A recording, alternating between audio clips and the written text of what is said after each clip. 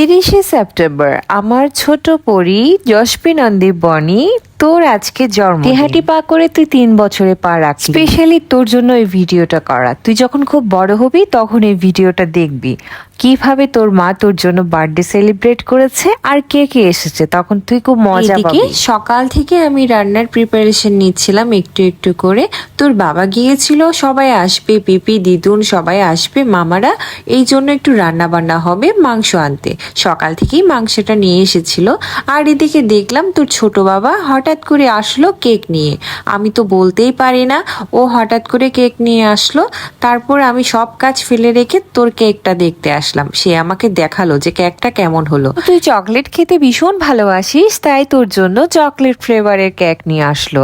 তুই যখন এই চকলেট কেকটা দেখলি, তুই আর তোর বোন কি খুশি হলি। আজকে বার্থডে হবে, কেক কাটবো। চাচ্ছিলি তখনই কেকটা কেটে ফেলবি, কিন্তু তোকে অনেক বুঝিয়ে আমি এভাবে শান্ত করলাম যে কেকটা আমি সন্ধ্যাবেলায় পিপিরা সবাই আসলে কাটবো একসাথে। তারপর তুই অনেকক্ষণ বুঝানোর পর শান্ত হলি। কেকটা আমি ফ্রিজে রেখে দিলাম। আমি আবার আমার কাজে বেক করলাম। আমি আবার রান্না বান্না শুরু করে দিলাম। যেহেতু অনেক রান্না বান্না সব একা হাতে আমার করতে হচ্ছে, সেজন্য আমি বেশ কিছুক্ষণ রান্নার প্রিপারেশন নিয়ে রেখেছি। তোকে আর তোর দিদিকে দুপুরের ভাতটা খাইয়ে ঘুম পাড়িয়ে আবার রান্নার কাজে লেগে গেলাম। এই যে চিকেন ফ্রাইটা দেখছি সেটা মেরিনেট করে রাখছি। তুই, তোর পিপা আর দিদি সবাই এই ফ্রাইটা খুব পছন্দ করি। এখন মেরিনেট করে রাখছি, কিন্তু যখন গরম গরম ভাত দিব তখন ফ্রাই করে দিব। আর আমি এখানে চিকেন গুলা ভেজে রেখেছিলাম, সাথে একটু কষিয়ে এখন মাংসটা রান্না করে নিব। কোনে কিন্তু আমার 3-4টা রান্নাই হয়ে গিয়েছে। তারপর দেখলাম সন্ধ্যার আকাশটা কি লাল হয়ে গিয়েছে, লোভ সামলাতে পারলাম না, একটু ভিডিও করে নিলাম। তারপর সন্ধ্যাবেলায় তোকে যখন ঘুম থেকে একটু টেনে তুলতে গেলাম, দেখলাম তোর খুব জ্বর। সন্ধ্যা হলো, আমার মা আসলো, তোর দিদুন আর কি, মামারা আসলো, পিপিরা আসলো, সবাই আসলো এবং গিফট আনলো। কিন্তু তুই খুব এক্সাইটেড ছিলি, কিন্তু আজকে তুই একদম অসহায়ের মতো বসেছিলি।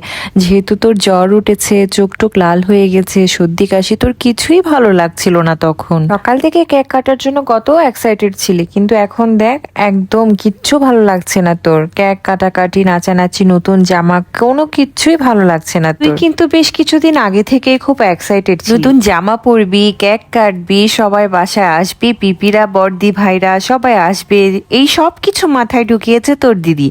দুইজনেই খুব এক্সাইটেড ছিল। একটু নতুন জামা পরিয়ে তোকে কেকের সামনে বসিয়ে দিলাম 3 বোনের ফটো সেশন করতে। তুই একটুও হাসছিস না। দেখ তোকে কথা দিদি কি সুন্দর করে হাসানোর চেষ্টা করছে, কিন্তু তুই কিছুতেই হাসবি না। তোর যে সব কিছুই ভালো লাগছে না। তোরা 3জনই খুব এক্সাইটেড ছিলি, সেটা যার বার্থডে হোক না কেন, তোরা 3 বোনেই সবাই এক্সাইটেড থাকতি সব সময়, সেটা যার বার্থডে হোক না কেন, যেই কেক কাটুক না কেন। তোর যখন জ্বরটা ধীরে ধীরে আরো বাড়ছিল, তাড়াতাড়ি করে কেকটা কেটে নিলাম। তোর পিপি আর দিদুনরা মিলে সবাই মিলে কেকটা কাটলো, আর সবাই তোকে কেক খাইয়ে দিচ্ছে আদর করে।